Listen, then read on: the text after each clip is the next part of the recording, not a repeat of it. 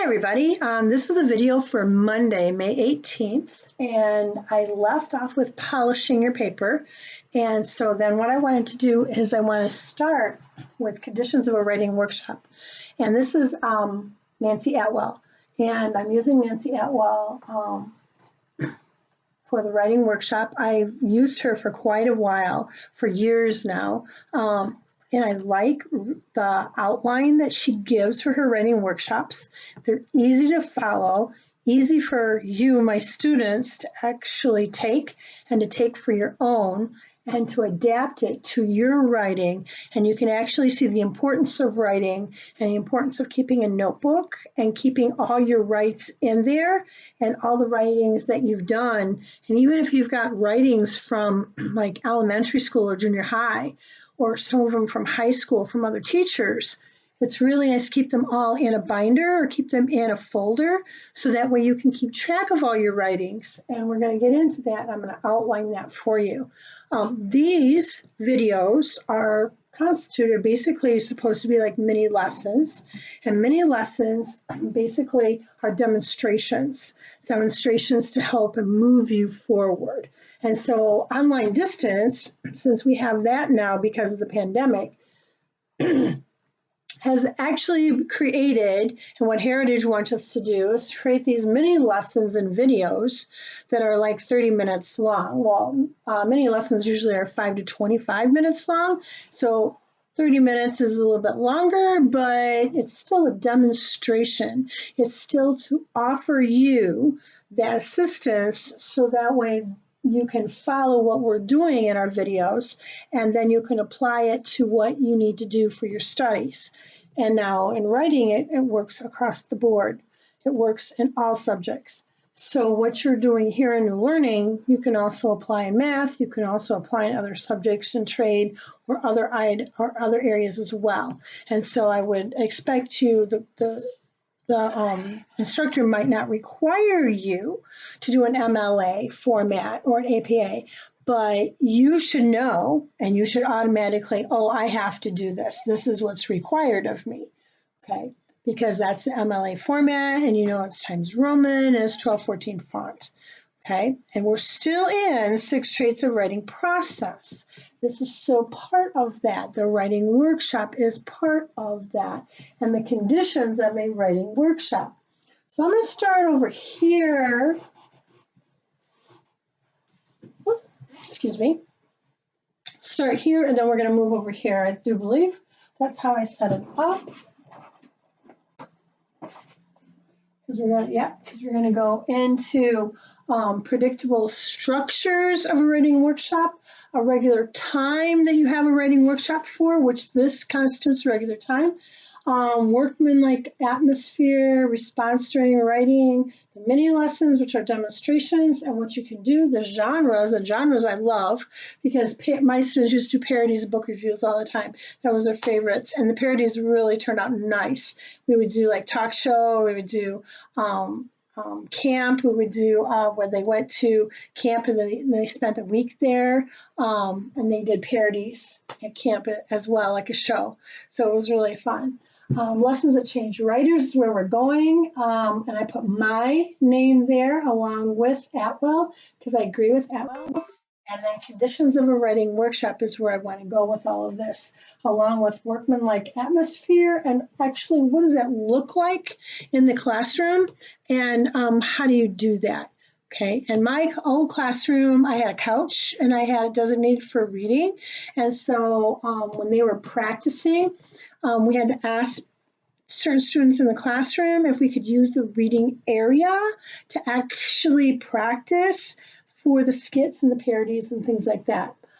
Because it was designated as reading, and because it was designated as reading, I didn't want to take it away from anyone if we were practicing. But their writing, they practice and practice and practice their writing. And this is the reason I color code as well.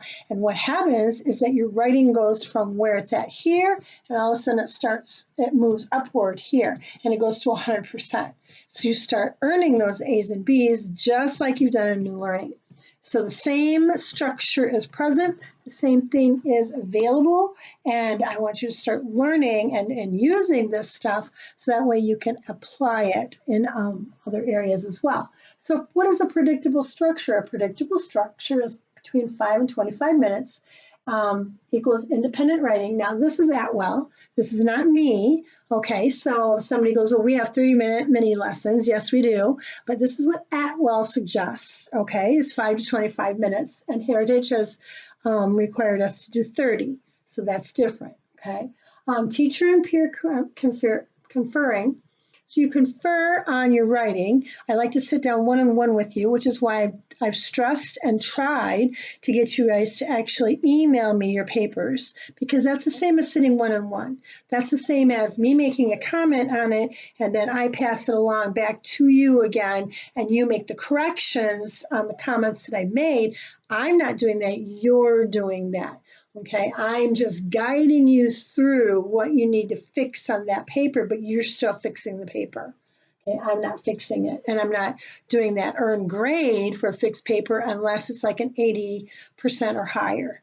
Okay, so scheduled 3 to 5 writing workshops a week, which is what we have. You have writing assignments that you do weekly and New Learning and in Google Classroom. I'm sure you have writing and stuff in other classes, but I'm not privy to what they're doing, so which equals about 45 minutes each. Student choice. Students learn to develop own writing process. So you're going to develop your own writing process, develop the way that you do write, and the words are going to come across in your writing, in your essays, as your own, because your words are going to be there. Your words are going to be your words, not my words, not someone else's words, but your words.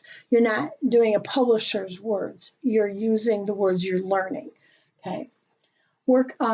Write with passion, and then move students toward authority and purpose on all your rights and what they know and care and believe. That's your passion. That's take your stand. That's your argument, is that you have a passion for something. I have a passion for art. I have a passion for animals. You know, I have a passion for different things. You have a passion for things as well. So workmanlike atmospheres, shh.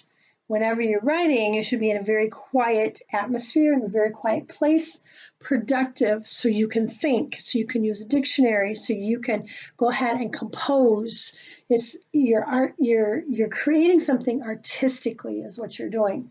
Writing is thinking. Whisper during conferences. So if you're in the classroom, everyone whispers very quietly.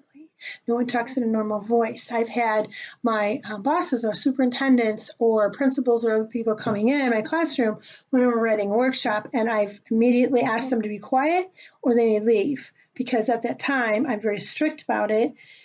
And because I was very strict about it, the writing scores for my students went up to 100%. So because of that, we had a very workmanlike atmosphere, and everyone respected that. And because everyone respected it, writing went up.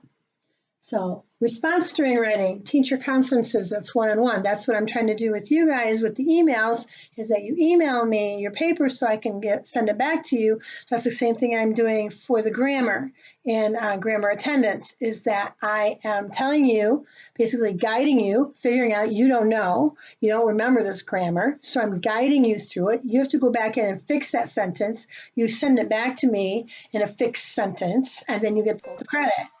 So I'm walking you through it because you do not know, okay? Teacher conferences, teacher goes to student, scaffolding, and guides to independence. In other words, that's what I'm doing in the grammar. This is what I'm doing when you email me and I make comments, is I'm scaffolding your paper. I'm pretty much carrying it for you and guiding you through what you need to fix in it, not giving you the answers necessarily. Some people might argue that. They can argue all they want, because the way I'm doing it is the way Atwell has done it, Heinemann has done it, and all these major authors have done it for years now. And I'm not just talking this is a new thing. This has been since 2001, 2002, 2003, and 4. This has been ongoing now, some of it even into the 1990s. And they've been using this in their classroom, and it works. So you're not giving students the answers, you're actually guiding or scaffolding and to the point where you understand what you're doing and you understand that the rules and definitions are there for a purpose. So typical teacher notes, I take typical teacher notes on everyone. This is my case notes pretty much. How's it going? How may I help? Tell me about your writing. What are you working on? What do you have so far? What part can I help you with? Those are the typical teacher notes that you get, or typical teachers. But when you really look at those notes, they don't really help you, do they? It takes care of the teacher end of it. The teacher's taking care of themselves by doing that. So saying that, reflection, typical questions that focus on information, direction, reflection, and purpose. Okay, why are you writing this? Where are you going with this? And 9 times out of 10, I have students saying, oh, I'm writing this because it's an assignment. Well, that's not an answer. Why actually are you writing this? Think about it. Think of the depth, the engagement. You're writing it possibly because the fact that you're writing it for an assignment, but aren't you also writing it to gather information? Aren't you also writing it so that way you can earn an A, so that you can also add information to what you already know? What are you trying to do here in your paper? What are you trying to do in your research paper or your essay? Tell me more. I don't understand this section. Tell me more. Does this make sense? Does your answer make sense? I said that in math all the time. Your answer has to make sense. Well, the same thing applies to English language arts, writing and reading. Does your answer make sense? It has to make sense. What's this piece of writing really about? What are you talking about? Why do I have to know it? Why are you giving me this information? Why is it important? So what would happen in your story if, and I always do the scenario, if this would happen, what would happen in your story? If the main character dies, what would happen in your story? If this happened to the minor character, the flat character, how would that change the main character? Would the main character become flat, or would the main character stay 3D and real? And then would something else change along the path of that plot? And you always have to think of your plot diagram. You have to think of where is your writing going and your plot diagram of that writing. So what will you do next is the question. So mini lessons are for genres, writing focus, produce excellent writing, demonstrations, brainstorming solutions, proofreading, collaboration of writers, gather notes, compose, handwritten, computer, you compose with others and you compose with self. When you compose with others, you hopefully have a partner or somebody with you that's actually going to help you with your writing.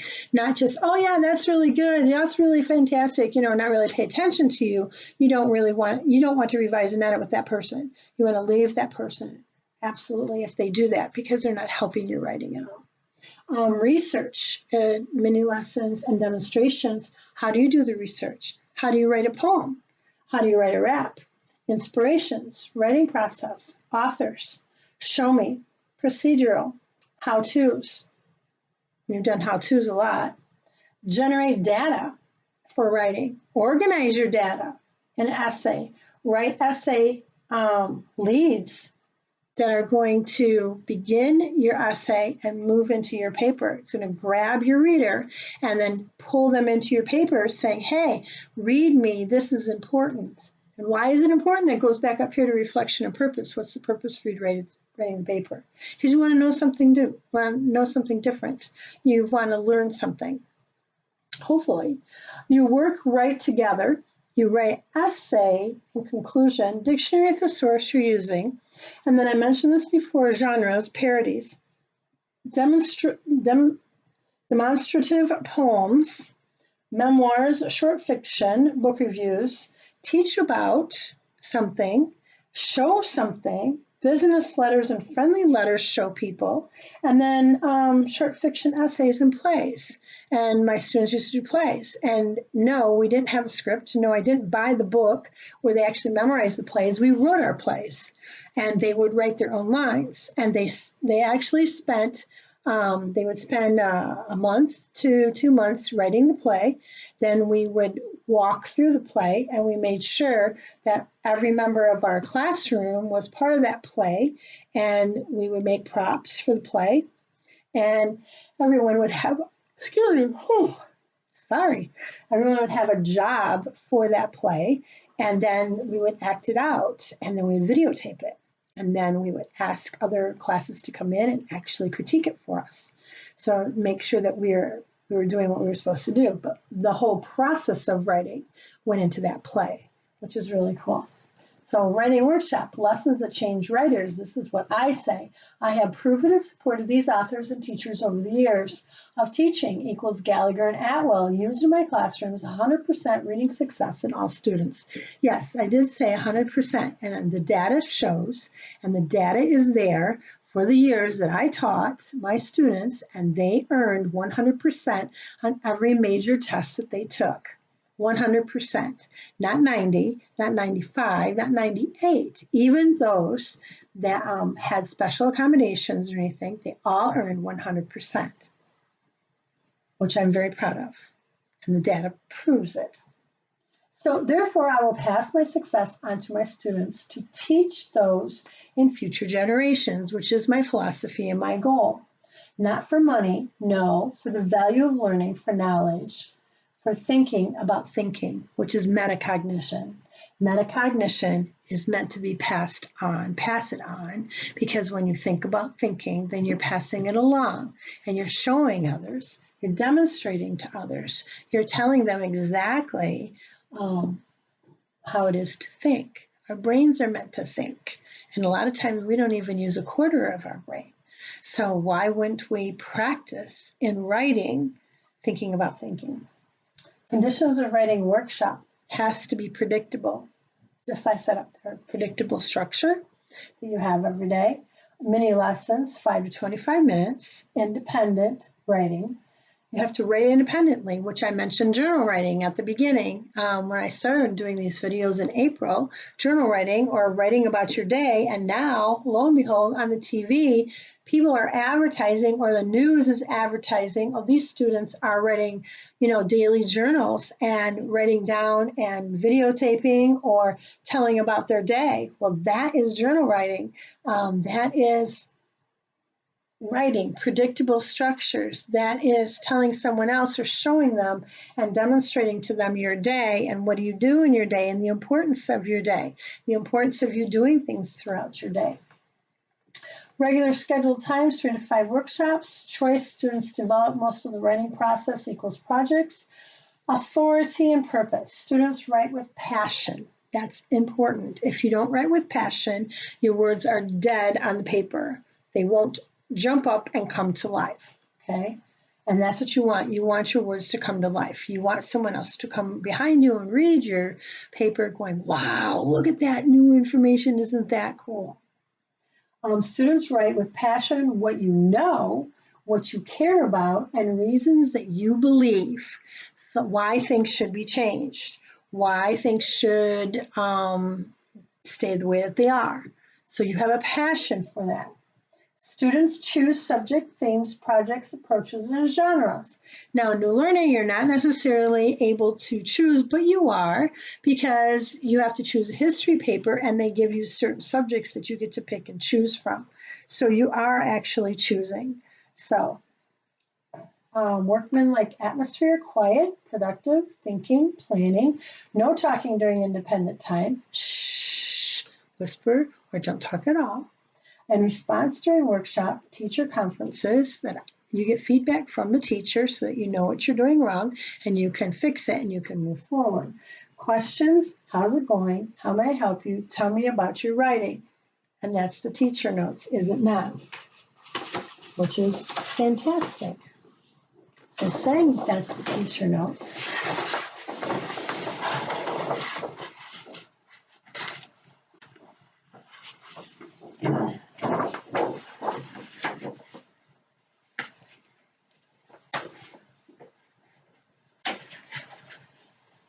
Any other time they would go on the hook, just the way I wanted to, but now, oh, there we go.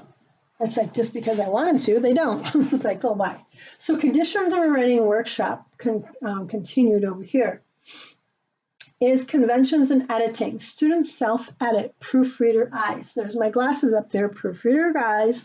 So you're going to learn how to do proofreading, how to self-edit, how to find errors and mistakes and fix them on your own.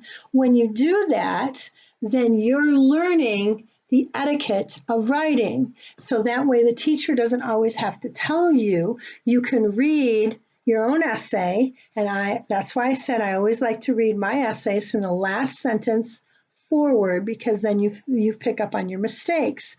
You see the errors, like if you missed a comma, or you didn't capitalize something, or you didn't put in quotations, or something looks funny in a sentence, you'll catch it. Your proofreader glasses are on. In conventions and editing, you're dealing with spelling, punctuation, capitalize, form letters, format, Times Roman, 1214 font, double space, individual proofreading list. There's an actual list and a guide, and I'm going to find it. So that way then I'm going to put it in the Classroom Works, classroom materials, so you have it.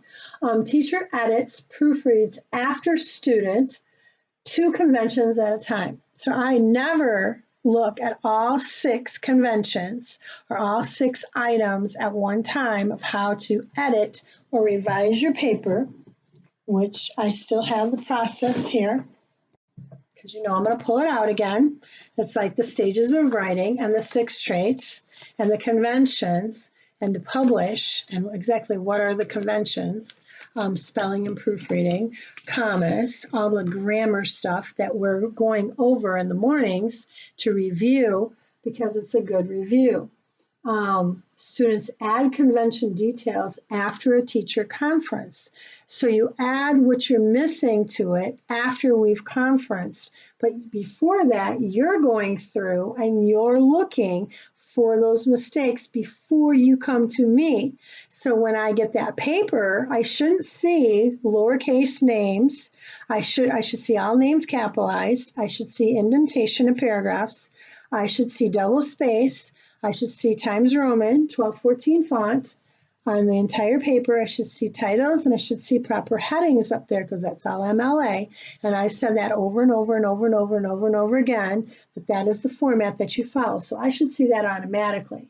Then after you get to this point, because before, remember we went through your paper and I'm sitting down and conferencing with you, but you're going through and finding the errors. After that, then you're going to go public for publication. And publications are fun and exciting. And it's really sad because some students never have a paper that goes to publication. I've got 5 previous students now in journalism schools. And I think I told you about one that just graduated from forensic psychology and a couple others in business. So I'm really pleased that I was a part of their educational journey.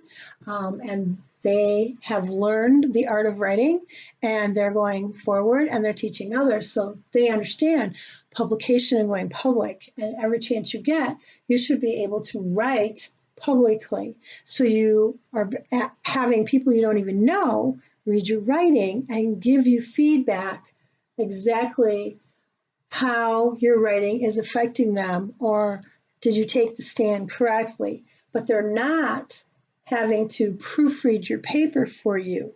You proofread your paper. They do not. So that's something that a lot of you have to learn is how to proofread that paper. Students write to be read. This is the reason you publish. You write to be read, not to complete pieces of writing for inclusion, sticking them in a folder. No. That's not the purpose of writing. That's what they teach you all this time in school, but that is not the purpose of writing at all. Present both writings, prepare it for real readers, if possible, submit contests, essays, poetry, news, newspapers, magazines, write to be read. Right to be read means that you want somebody else to read that. You want this published in a magazine or somewhere else. That's very important. Takes me to expectation and rules for writing workshop. And I like listing these because even if you're not in a classroom, these are expectations and rules that you can use when you're writing at home. Keep a journal notebook for all your mini lessons. All of these, you take notes on these videos as you watch them, and you write down important things that you can take away from them. I hope proofreading is one of them, because that's going to move your writing forward. It's not going to keep you where you're at. Keep a journal notebook for all videos and all subjects. So you've got other videos in math and reading, and you keep a spiral notebook or a journal notebook for all of them, one for each subject. Use Proofreader's List for all courses. Proofreader's List that I'm going to find and upload for you is for all courses. Use a clean page every day in your journal notebook. Do not write on the backs of your pages because it makes it real bumpy, and it's really hard to, when you write on two sides of a paper, it comes through and it's really hard to actually see, that information. Use a clean page every day. Do not write on the backs, and leave first page blank in the journal notebook for your table of contents. And I always leave 1 to 3 pages blank for your table of contents. You might have more than that. Number every page starting in the upper right-hand corner, and you number every single page. You do not number the table of contents, okay? So you can do like an XI or whatever, do something fancy or whatever, but then you start the 1 after the table of contents. And then number every page starting in the right-hand corner, but then you're making literature.